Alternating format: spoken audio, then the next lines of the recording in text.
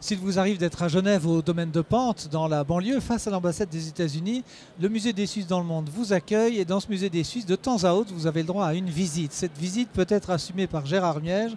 Merci d'être au Salon de Genève pour l'occasion. Gérard Miège, vous avez écrit pas mal de livres. Vous êtes un écrivain de l'histoire. Je vous laisserai expliquer pourquoi cette distinction. Marignan, 1515-2015, évidemment que ce sont les 500 ans. La Suisse des Bonaparte, terre convoitée, pays d'origine, avec une photo faite par vous-même du golfe impérial. Et puis on parlera de votre troisième livre. Dites-moi, écrivain de l'histoire, pour quelle raison cette appellation non contrôlée? Tout simplement parce que je ne suis pas historien. Je suis un passionné d'histoire, amoureux de l'histoire, j'aime l'écriture, et en étant écrivain de l'histoire, ça me donne une certaine liberté de recherche et d'imagination pour remplir les vides des textes, des manuscrits. C'est-à-dire que vous devez aller chercher les textes que l'on ne connaît pas. Par exemple, votre ouvrage, je crois, chez Cabedita, où j'ai appris que la Révolution française est née à Genève, par exemple. Tout à fait. La Révolution s'est faite au mois de janvier 1789, c'est-à-dire 6 mois avant celle de Paris. Alors, si vous connaissez les livres de Gérard, vous les trouvez évidemment chez Cabedita. Par lequel commençons? On fait le vôtre, là. Vivre l'histoire suisse, le sang des Suisses du roi. Oui, alors le sang des Suisses du roi, pourquoi? Parce que c'est l'histoire de toutes les relations militaires entre la Confédération helvétique et le Royaume de France jusqu'à la Révolution. Depuis quand y avait-il un service armé, mercenaire, avec capitulation, etc. On ne va pas revenir sur ce détail. Depuis quand il y a eu des gardes suisses en France? Alors on peut faire remonter l'origine du mercenariat et du service étranger au service de France à la bataille de Saint-Jacques-sur-la-Birse en 1444. Ça veut donc dire que c'est avant le Vatican? C'est bien avant le Vatican, oui. C'est le dauphin Louis, le futur Louis XI, qui combat les Suisses au sud de Bâle.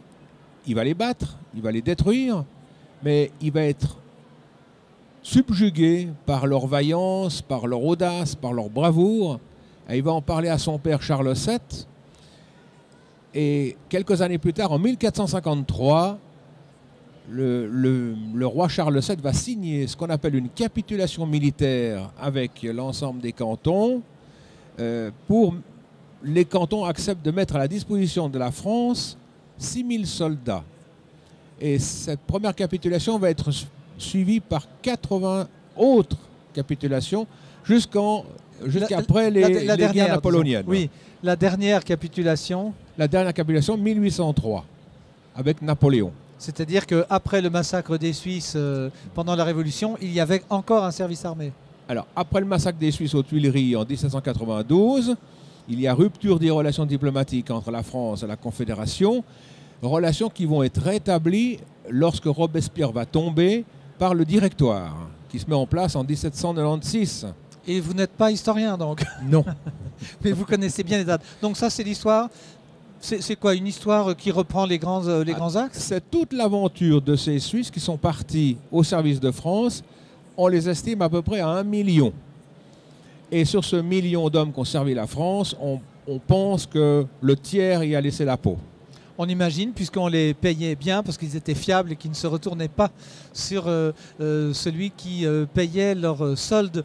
Est-ce que l'on peut dire que les derniers gardes suisses qui existent sont ceux du Vatican? Tout à fait. Dans le sens où ce sont des gardes privés, donc un peu des mercenaires, entre guillemets, privés. Et ça, souvent, les étrangers, je veux dire les gens du monde autres que la Suisse, ont du mal à comprendre cette fiabilité qu'a le Suisse. Pas d'argent, pas de Suisse veut dire, si on n'a pas les moyens de se payer un garde suisse, eh ben, on s'en abstient. Oui, alors à travers l'histoire, souvent, les Suisses ont changé de camp parce qu'ils étaient mal payés. Mais avec la France, c'est différent. Même si le roi leur doit des sommes énormes, par exemple Henri III, on arrive à s'entendre, les Suisses restent fidèles à la royauté française. Pourquoi? Parce que la royauté française, c'est la garantie contre l'Autriche, la sécurité. Le roi garantit aux Suisses protection et armement en cas d'attaque ou d'agression extérieure. On pourrait vous écouter pendant des heures, mais je crois que le temps tourne. On arrive à nos 5 minutes. L'autre, c'est la Suisse des Bonaparte, terre convoitée, pays d'agrément, lieu d'exil. Si vous allez vers... c'est vers où déjà? C'est vers Gland, ça, hein? Alors ça, c'est vers Gland. Voilà. Et puis vers Marignan, c'est un village de France. C'est une histoire d'une défaite salutaire qui est considérée par les historiens.